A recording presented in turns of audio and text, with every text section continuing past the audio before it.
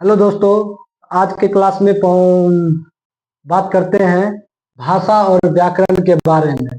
आज के क्लास में बात करते हैं भाषा और व्याकरण के बारे में। तो भाषा को आसान भाषा में समझते हैं। भाषा जिस माध्यम से मनुष्य अपने भावों तथा विचारों को एक दूसरे के सामने प्रकट करता है उसे भाषा कहते हैं। भाषा जैसे कि कोई भी मनुष्य अपने भावों तथा विचारों को एक दूसरे के समक्ष प्रकट करते हैं, जैसे आदान प्रदान करते हैं, तो उसे भाषा कहते हैं। अब भाषा मुख्यतः दो प्रकार के होते हैं। कितने प्रकार के होते हैं? भाषा मुख्यतः दो प्रकार के होते हैं। पहला होता है लिखित भाषा, दूसरा होता है मौखिक भाषा। लिखित भाषा क्या कहते हैं?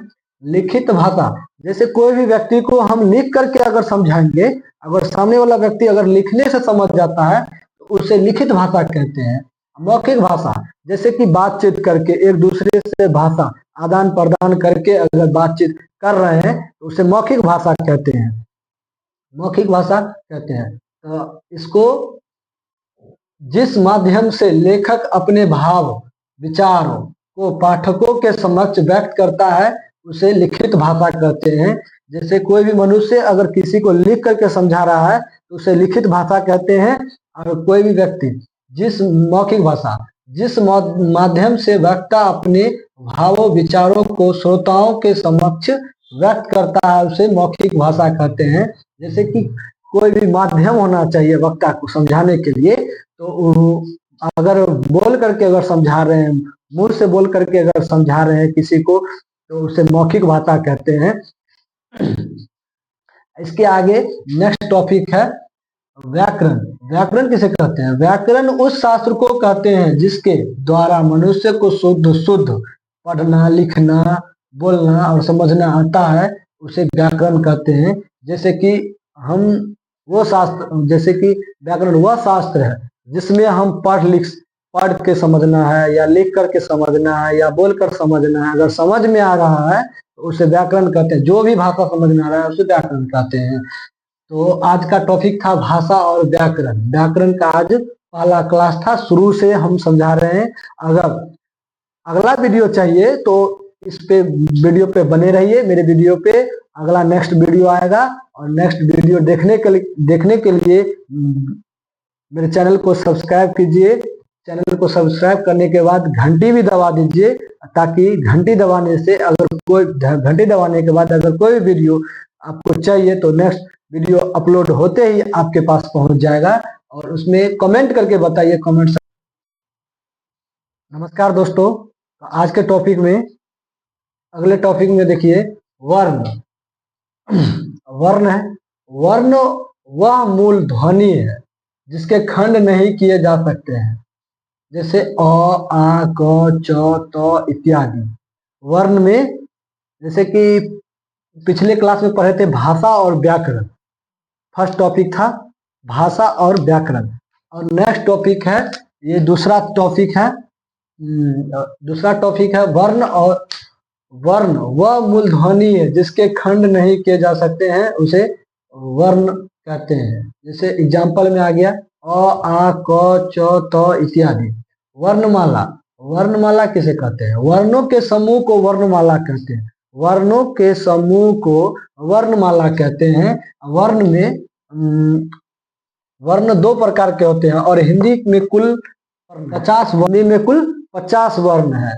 वर्ण को दो भागों में बांटा गया है। पहला स्वर्ण वर्ण, पहला हो गया स्वर्ण वर्ण और दूसरा व्यंजन वर्ण।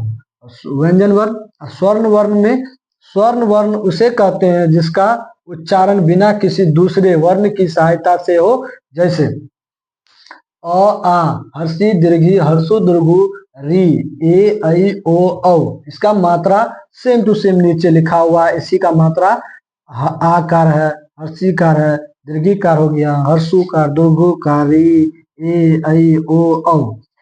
इसमें जो है इस कड़ी में अंग और अह भी आते हैं। जैसे कि अंग को अनुस्वार बोलते हैं, अह को विसर्ग भी कहते हैं। तो इसमें आसान भाषा में हम लोग समझाते हैं ताकि बच्चों को अच्छी तरह से व्याकरण की किताबें जो होती है उसमें आसान भाषा में समझाया जाए, ताकि बच्चा को रटने की जरूरत नहीं है। और बच्चा इस वीडियो के माध्यम से भी बच्चा व्याकरण की तैयारी कर सकते हैं। और बेसिकली हमने इसमें आसान भाषा में समझाया है, और किताबों में किताबी की भाषा रहती है, इसमें हम लोग आसान भाषा में तोड़ तोड़ के समझाया है। वर्ण वर्ण के बारे में अच्छी तरह से आप लोग पढ़ सकते हैं। तो मिलते हैं नेक्स्ट वीडियो में, और वीडियो अच्छा लगे तो चैनल को सब्सक्राइब करें ताकि नेक्स्ट वीडियो आपको जल्द ही मिल जाएंगे। ठीक, अगला टॉपिक में देखिए तो व्यंजन वर्ण। पिछले स्वर्ण वर्ण पढ़े थे पिछले टॉपिक में, इस टॉपिक में पढ़ेंगे व्यंजन वर्ण। व्यंजन वर्ण किसे कहते हैं? व्यंजन वर्ण उसे कहते हैं जिसके उच्चारण में स्वर्ण वर्ण सहायक हो, जैसे क ख ग घ च छ ज झ य त ठ ड ढ न त थ द ध न प फ ब भ म। ये सभी जो है ये स्वर्ण वर्ण है। ये सभी जो है स्वर्ण वर्ण है।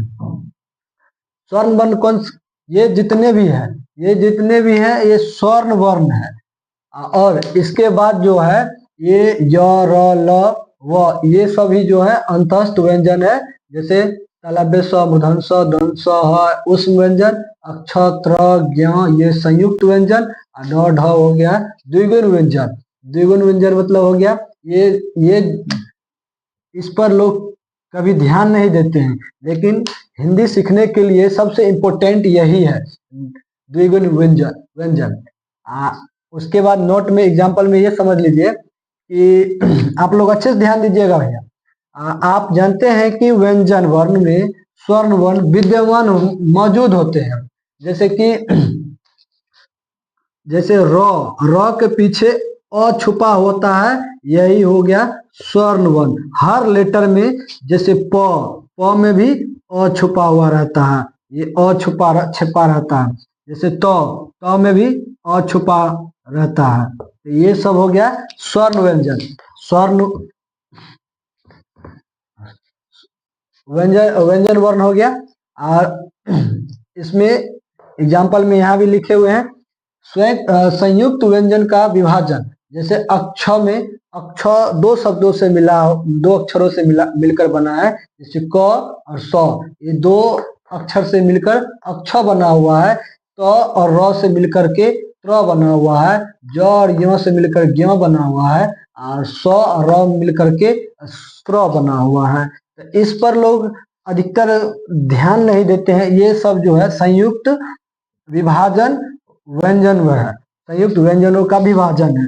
जैसे कि अगर क म ल कमल लिखेंगे, इसको इस ढंग से लिख सकते हैं, क अ म अ ल अ।